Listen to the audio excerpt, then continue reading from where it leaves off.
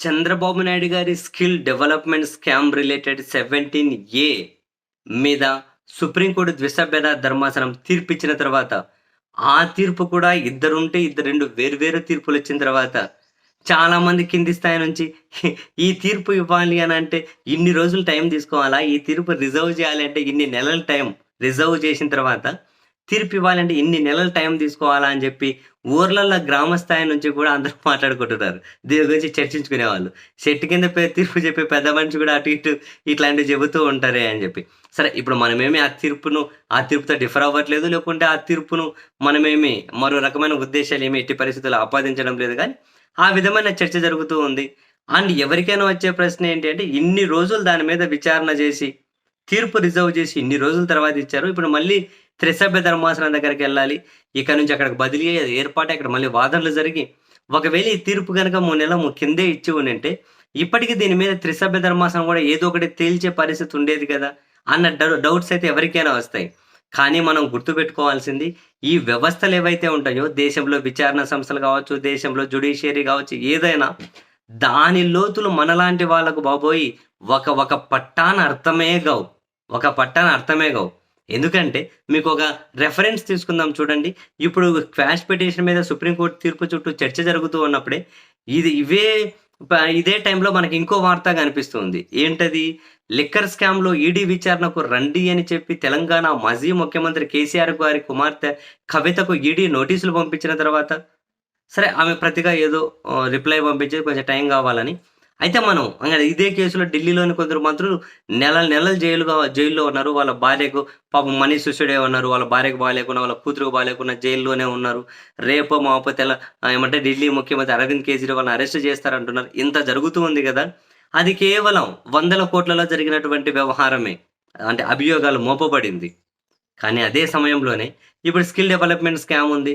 ఈ స్కామ్‌లో కూడా వందల కోట్ల రూపాయలు మనీ లాండరింగ్ జరిగిందని, షెల్ కంపెనీలు పెట్టా, ఈ విధంగా డబ్బంతా దోచేశారని చెప్పి ఇదంతా చర్చ జరిగే క్రమంలోనే చంద్రబాబు నాయుడు గారి మాజీ పీఏ శ్రీనివాస్ చౌదరి ఇంట్లో 2019 కేంద్ర సర్వీస్‌కి సంబంధించినటువంటి అధికారులు సెర్చెస్ చేసినప్పుడు వాళ్ళే ప్రకటించారు 2,000 కోట్ల వరకు కూడా ఇందులో అక్రమాలు జరిగాయి అని. 2,000 కోట్లను వాళ్ళే ప్రకటించారు. ప్రకటించిన తర్వాత అదెందుకు చడీ చెప్పులు లేకుండా పోయిందో మనకు తెలియదు. అండ్ ఈ స్కిల్ స్కామ్ అంటే ఇప్పుడు చంద్రబాబు నాయుడు ఐటీ నోటీసులు పంపించారు. 118 కోట్ల రూపాయలు ఎక్కడికి పోయింది? వివరణ ఇవ్వండి అని.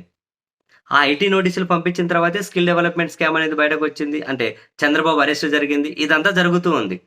ఈ స్కిల్ డెవలప్‌మెంట్ స్కామ్‌లో చంద్రబాబు అరెస్ట్ తర్వాత చంద్రబాబు మాజీ పీఏ మరో యోగేష్ గుప్తా వీళ్ళిద్దరూ దేశం దాటి ఎళ్ళిపోయారు. వాళ్ళిద్దరూ దేశం దాటి వెళ్ళిపోయినా కోర్టులు, విచారణ సంస్థలకు అదెందుకో పెద్ద విషయం గాలేదు. దేశం దాటి ఎళ్ళిపోయినా వాళ్ళని రప్పించడానికి ఎందుకు ప్రయత్నాలు జరగట్లేదు? వాళ్ళు ఎవరి ప్రోద్బలంతో వెళ్ళిపోయారు అన్నది ఎందుకు తేల్చలేదు? మనకు అర్థమే కాదు. ఎందుకు తేల్చలేదు? వాళ్ళెందుకు రప్పించలేదు? ఇప్పుడు ఈ స్కామ్‌తో వాళ్ళకి సంబంధం ఉందా లేదా? ఇప్పుడు 118 కోట్లు ఐటీకి సంబంధించి పంపించిన నోటీసులో చంద్రబాబు ఏం సమాధానం చెప్పారు?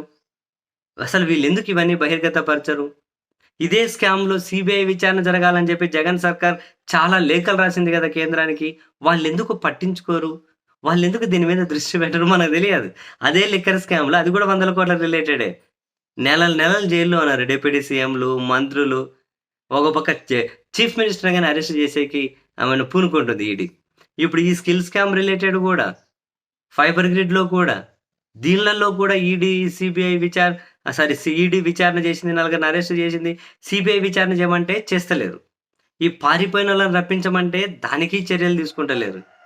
ఇవన్నీ అసలు పరిగణలోకి తీసుకోవాల్సిన విషయాలే గాదా!